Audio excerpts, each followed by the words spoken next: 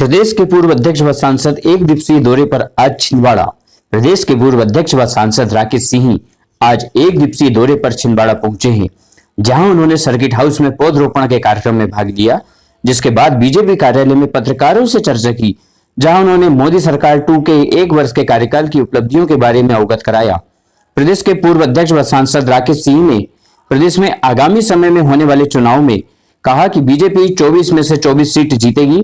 Corona जैसी गंभीर बीमारी से लड़ने के लिए प्रधानमंत्री ने लॉकडाउन की घोषणा के साथ ही 1,70,000 करोड़ रुपए के पैकेज की घोषणा कर दी थी।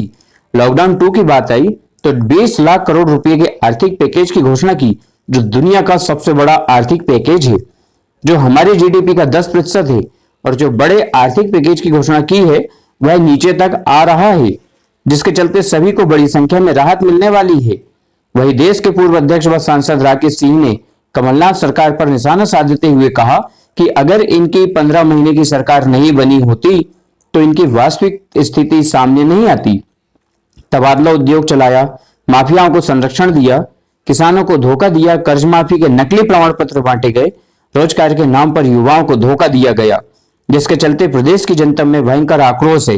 कांग्रेस की सरकार और कमलनाथ के खिलाफ इस आक्रोश के कारण ही उनकी सरकार गिरी है।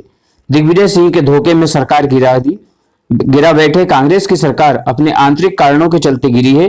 छिंदवाड़ा से महेश चांडक की रिपोर्ट। वो शर्मनाक है। हमने सरकार बनने के बाद कितने दिन हो गए अभी तक? यदि आप आंकड़ों पर ही जाना चाहते हैं मित्र, तो हम आंकड़े दे सकते हैं आपको कि उनकी सरकार बनने के बाद पहले 1 महीने के भीतर उन्होंने कितने तबादले कर दिए।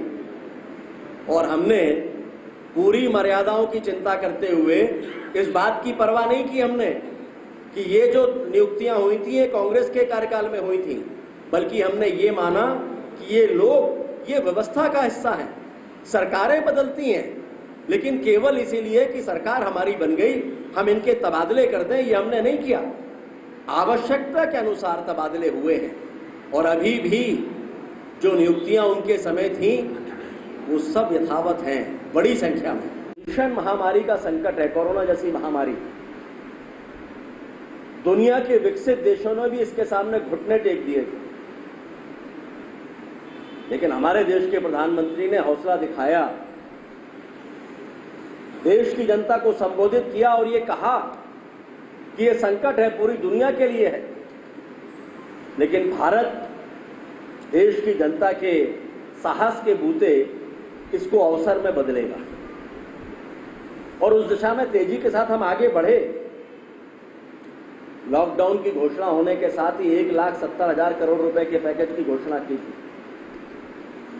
और जब लॉकडाउन 2 की बात आई तो 20 लाख करोड़ रुपए के आर्थिक पैकेज की घोषणा, जो दुनिया का सबसे बड़ा आर्थिक पैकेज है, जो हमारी जीडीपी का 10% है, उसकी घोषणा देश के प्रधानमंत्री ने की और जिसके तहत